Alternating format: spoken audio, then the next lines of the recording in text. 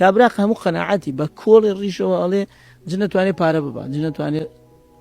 باشە جن بتوانێت پارە بات هیچ کوێ ناو بەنقی نازانم چیش پارێزراو نییە لەوەی پارەکەت نەبن بۆ پارەی کەسمە 2-3 ساڵ جارێ یەکێک تاکە گۆرەویکی دیار نامێنێت جن بردویت چۆتە توی غەسالەکەەوە یعنی کابرا خۆی مێشکی نییە پارەی لە شوێنێدانا وڵێ وڵان نەما والله لەم گیرفانەما بوو پارەم کردارانە وڵات جن بردوێت کورە مێشکرد نییە ئەگەر ئەم جنە ڕاست بووایە هەموو ڕۆژ پارەمان نەما هەموو ڕۆژ سیارەمان ئەرفێنرا لە کۆڵانی تریان دۆزیوە جن ڕفاانی زۆر کۆمیدیە کابرای ساحر ئەگە ئەوە مهمە ئەزانیە من چیم کردو تۆ چیت کردو کێ وای لە فلان کرد 199 ساحرەکان سوالکردن هە بە سوالکەری ئەمرن هەر چاوەڕێتی تۆ بڕێ بتخەڵەتێنێ 2 دیناری بدەیتێ منێک ئەوەنە قودرە و دەسەڵاتم هەبێت جن بتوانێ بەکاری بێنم بۆ کێ ئەم جنەی خۆمەنێر من ناو مێشکی دەوڵەمەندێکەوە کەری بکە هەرچی پارەیە بیداتە من لە بەلاش بڵێ وە 3 دەفتەر نوقسە سەر حسابەکەت بۆ وەڵا حەزم لێتی ئەمە جنەکەەوە ئاڵێ میاو میاو چۆتە گیانەوە ئەڵێ پارە بدە فلان فلان مامۆستا هاتووە عیبە یعنی مامۆستا هاتووەڵێکی من خۆم لەگەڵ دەیان جنا قسەم کردو کە تۆ خلەفاوی لەگەڵ شێتێکا قسەت کردو وازانی جنۆکە ئەو جن نییە تۆ بێ ڕاچڵەکەی بڵێ کاکە من چەندێکە لێم تێک چووە غافڵاوم شێتەکە خۆی قسەکە کاکە تۆ ناڵی جنە ڕاتەکیان بەشەرەوە قسەکە ئەمە ئەڵێکی دلیل ئاەت و حەدیث کە دلیل ئاەت و حەدیثی نار عیب ئاەت و حەدیث بێنتە مستەوای ئەمە بۆ بوو بەڵکە ئاەت و حەدیث ئیشی زۆر گەورەتری ئەمە هەر مناڵێکی عاقڵ بێ بەس بەم پرسیارانە لولتەدا بەسێتەوە جەنابی مامۆسا جنۆکەی قساکە لە دەمی ئەم نەخۆشەوە بڵێ مناڵمانەیە 2 ساڵ عمرێتی تێک چوو هەمانە علاماتانەی هەیە کە لە پیاوێکی گەورە هەیە ئەڵێ نەمیش جنی تایە بۆ لە دەمی مناڵەوە قسە ناکات چکە مناڵە خۆی قسە ناکات ئێمە هەرەمە نابێونە عقلت بداتێت تێبگەی ئەمە خودی شێتەکەیە ئەخ دەنگە گۆڕێ دەنگۆڕین چێ بە 20 لەحن قسەت بۆ بکەم ئەنیمەیشنی وا هەیە یەک مدەبلج ڕۆڵی 5-6 کەس ئەبینێت دەنگی جیاواز 1000 ئەڵقەیە دەنگی نێتێک ناچێ هەموو جارکە ڕۆڵی فلانە بینێت دەنگەکەی زیقنە لە فلانشۆن خۆی کاتە پیرەمێت لە فلانشۆن دەنگی ژنانەیە ئەم کابرا کە هۆش و حەواس نەما تۆ پزیشکی زانی کە کەوتە دۆخی کابرا بەنج بەریەدا ئەرە کەس تا ئێستا نەمبیستووە مەلا بڵێ ئەوەی بەنج بەریدا جن لە گیانەتی کەس توێتی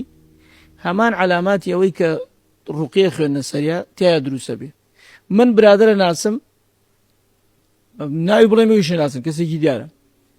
پێویست ناکە گەنا شتەکەش خراپ نییە بەس نایڵن خێزانی تەحفیزی بوو دەرسی خەریک حفزی قورآن بوو وتی عملیاتێکمان بۆی کرد بەنج بەریدا غەڵەتە من سوورەتی تەغابنی وت وتی سوورەتی تەغابنی لە بسمیلاوە خوێن تا کۆتایی بە بدەم بەنج بەردانەوە وتی کەیتراتەوەش خۆیمانە وتی ئەرە هیچ قسەی غەڵەتم نەگوتمانەوە وڵا تەغابن دخوێن بە وتی تەغابنم لەبەر نییە لەو 5 جوزم لەبەر نییە تەغابن لەو جوزانەیە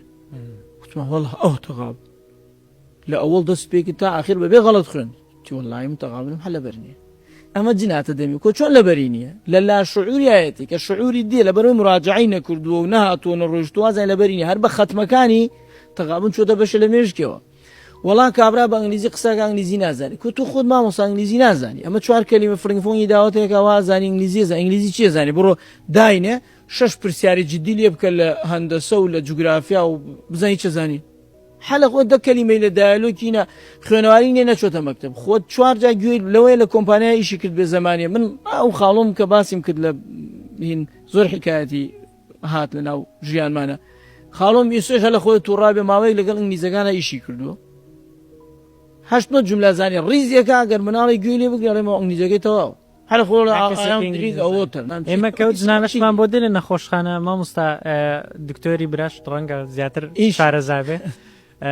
دەرزی لۆرازیپام هەیە و دەرزی هالۆپێریدۆل هەیە کاتێک لەیان دەدەین هەم نەخۆشەکە هەم جنەکەی ناهێشی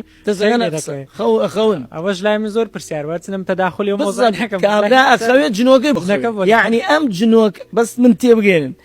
جنۆکەکە حکم بەم کەساکە ئەم کەسە حکم بە جنۆکەکە چونکە هالۆپێریدۆل هەردیشان دەخەوێنێ نەوەڵا هەر بەجدی وایە جنیش لەگەڵ یاخەوە فرسەتە ئەڵێن با تۆزێ بخەوین بە یەکەوە جایترەوە لێ بڵێ زەواجەکەن لەویش خۆڕی لەگەڵاکە خۆڵێن ئەڵێ زەواجەکەی ئەتوانی ژن بێنی لە جنۆکە ژنە هەکە مەک فەزاحەتە قورئان ئەمە بۆ عولەمای سەردەمێک من باسم کردووە بە درێژی لەو پلەیلیستی نوێمین کۆڕبەندا کە دانراوە محاضرەکە ئەمە لینکەکەی لە خوارەوە دادانین چونکە خۆم گوێم لێ گرتووە هەمووی بە تەفاسی لە ڕەنگە ئێستا من نەتوانین باسکەینەوە بەڵام ئەو پلەیلیستەی کە باسی ئەو مۆزوعە لە بیدایەتەوە چونکە ئەوە کۆمەڵک شتی پێوەلکاوە دەبێت سەرەتا لەوان مقدماتی زۆر هەمووی تێبگەی ئینجا دێ لەسەر ئەو مۆزوع ڕاستەکەی ئەوەی کە ئێستا ئەمە تۆزێک لێرە وروژان یعنی ئەزانی دکتۆر ئاژاریەکێ لە عیب لە مناقەشە کە پێوزێ مغالەتاتی منطقی یەکێک لە مغالەتاتی منطقی چییە؟ ئێستا تۆ قسەیەکەکە ئەڵی کاکە کەرشوهەوای فڵان شوێن خۆشترە بم بەڵگانەڵی ئەوە کۆی یەگوێ لێم بگرن کۆی چی ڕەبتی بە مەسەلەکە وایە جوابی قسەکەم دەرەوە دەم کەرەوەڵەنج فڵانکەس معتەزیلیە گەنج دنیا کاکە و معتەزیلی چێ نازانێ ئەخوری ئەکرێتە بەر نازانێ معتەزیلی بەشەرەخوا نازانێ یعنی من جارێک لە شوێن تری ژاوتم پرسیارم لە برادێک گوتم ئەم مەسەلە چۆنە وتی ناو تۆ ئەوە قسەی معتەزیلی وتم کاکە معتەزیلێنە من ئیبلیس خۆیم جوابم دەرەوە ئەمە خۆ خەڵەتانە ئەمە تۆ خەڵک گەرمیانی خەڵک ناو جەهەنەمە پرسیارێکمەیە وەرە جوابی و پرسیارە بدەرەوە بە معتەزیلی بە تانە و تەشەرە ئیش حل نابێ ڕاستە ئەمە حل نییە بۆی ئەم بابەتە ئێستا ضرورە لەوەیە من دوای قۆناغێک بە دووسێ محاضرات و پۆدکاست و ئیشی تروەکە بێتە نووسین کە نووسینێکی گەورەم لە مێشکا بووە کە بێتە نووسین ئیتر من تێپەڕێنم خەڵک پرسیارەکە بڕا بیخوێنێتەوە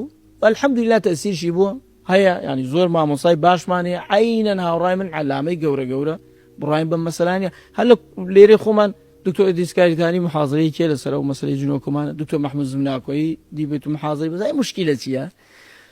دەمەکە دەڵێ حەدیث فڵان تا ڕوونی کەیتۆ بۆ خەڵکە عامەکە کاکە وەڵڵای ئەم حەدیثەی تۆ دڵت پێی خۆشە فڕی بەم بابەتەی تۆوە نییە یان هەر ئەسڵەن سەنەدەکەی تەواو نییە یان مەتنەکەی تەواو نییە یان بابەتەکە شتێترە کابراڵێ وەڵا ڕاستە مارەکەت بیستووە هەمومان حکایەتی مارەکەمان بیستووە کە کۆڵکە خوێنەوارێکە چێتە گوندێک سێگا مەلایەکی باشیانەیە ئەمە زەکات و سەرفتەی ئەم گوندە بۆ من باشە مەلاکە باش و بە ساڵحان و فەقیرەکەیە ئەڵێ خۆ ئەیدەمە دەرکردنە کاکە خەڵکەکەمە هیچ نازانێ لە خۆی کرێتە مەلا ئەمانە و بۆ چۆن ئەڵێ کاکە بزان خوێنەواری هەیە وەرە مامۆستا تەختە ڕەشی هێنی و گەچێداتە دەستێەوە ئابزان مارێکمان بوو من بنووسە مار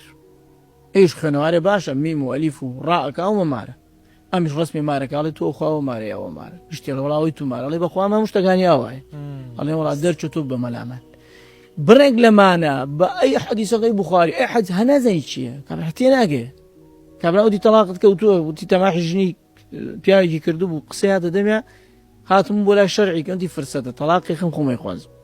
وتی وڵات تەلاقت کەوتووە وتی ئەخ مامۆستا چۆن وتی مە قول وەڵڵاهو ئەحەد لەوە ڕوونتر وتی مامۆستا قول وەڵڵاهو ئەحەد چ ڕەبتی بە تەلاق من و ژنەکەمەوەیە ئەوە وازمە لە خۆ ئەی قول ئەعوذ برب الفەلەق ئەی قول ئەعوذ برب الناس کابرا پەل و پۆشکە هەستی کرد تەواو ئەم هاتووە ئەڵێ وەڵامێ بۆ مولحیدێ مەجارێت و یەکسەر ئەڵێم برا ڕۆ کافرێک پیا بوو نای قانە خۆشیدا ئەڵ نازانێت تو نوێژەکی کاک ڕۆکەیتە قیبلە و بەخوا کات ئێمە دینداریمانەگرەمە لەگەڵ خەڵک شەڕ بوو لێ هەنازانێ مەسەلە چێ ئێستەیش وەگوتم پێت توێ نەزانی لەم و لەن فەرقیان چییە توێ نەزانی چۆن نەزانی لە ئاەت تێبگەی ئەو ئاەتەی هاروت و ماروت من لەوێش باسم کردووە بەخوا بە یاسای احتمالیاتی بیرکاری بە یاسای احتمالیاتی بیرکاری 1,257,000 احتمال بۆ تەفسیری ئەو ئاەتە هەیە بەتەقیق ئێوە نازانێ ماکان چییە ئێستا پێی بێژە باشە يعلمون الناس السحر وما أنزل على الملكين ببابل هاروت وماروت أو ما أنزل على الملكين چییە برب العالمين نازاني عربي مەگە بە سەریع بڕوا سەیری کتابی بکە هەر سەیریشی گازام ڕێنێ ناکەوێت چونکە بە چواری عرب جیاوازە کری عربیکی هەر ئەسڵەن ئەو ڕۆژە برادێک مێ دکتۆر ئەحمەد فاتح وتی مامۆستا قانە تێبینیە کرد لەو ئاەتە کرد کۆدمەوە ئاەتە ئەوەنە تێبینی هەیە هەر بەشەکە 1000 کەستر بێ پێتەڵێم 1,250,000 احتمال ئەمە بەش هەمووانەکە ئەگەریدانێ يعلمون الناس السحر وما أنزل على الملكين ئەگەر ئەو مای مەوسوولە بێ سەر تووشێ شێنم شکە خساسی تووش نییە ئەگە مای مەوسوولە بێ یعنی ئەم شەیاطینە کە مەلای گەوراڵێ شەیاطین لێرە شەیتانی شاراوە نییە یعنی مەلا شەیتانەکانی ئەوان قەشەکانیان ئەحبارەکانیان چونکە شەیتان شەیاطین الجن والئینس لە قورئانە هاتووە شەیتان بە سەرانی کوفرە وترێ شەیتان ئەوەی دینە فرۆشەی سە من ئەگەر بێت و بەناو مەلایەتیوە بێم سەر لە خەڵک یەکدەم تیجارەت کەم پێم وترێ شەیتان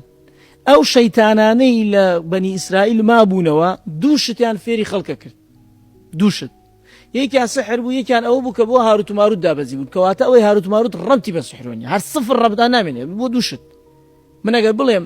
قوربانگیان نانێکم خوارد و لە ماڵەوەش داعوت بووم نانەکەی تر نابێنێ ماڵ ئێوە بێ ئەگەر هەمان شت بێت چۆنە بێت واو بخێتە بین و بین بکرێت ئەمە تەفسیریش نییە عەطفی توضیح نییە لەسەر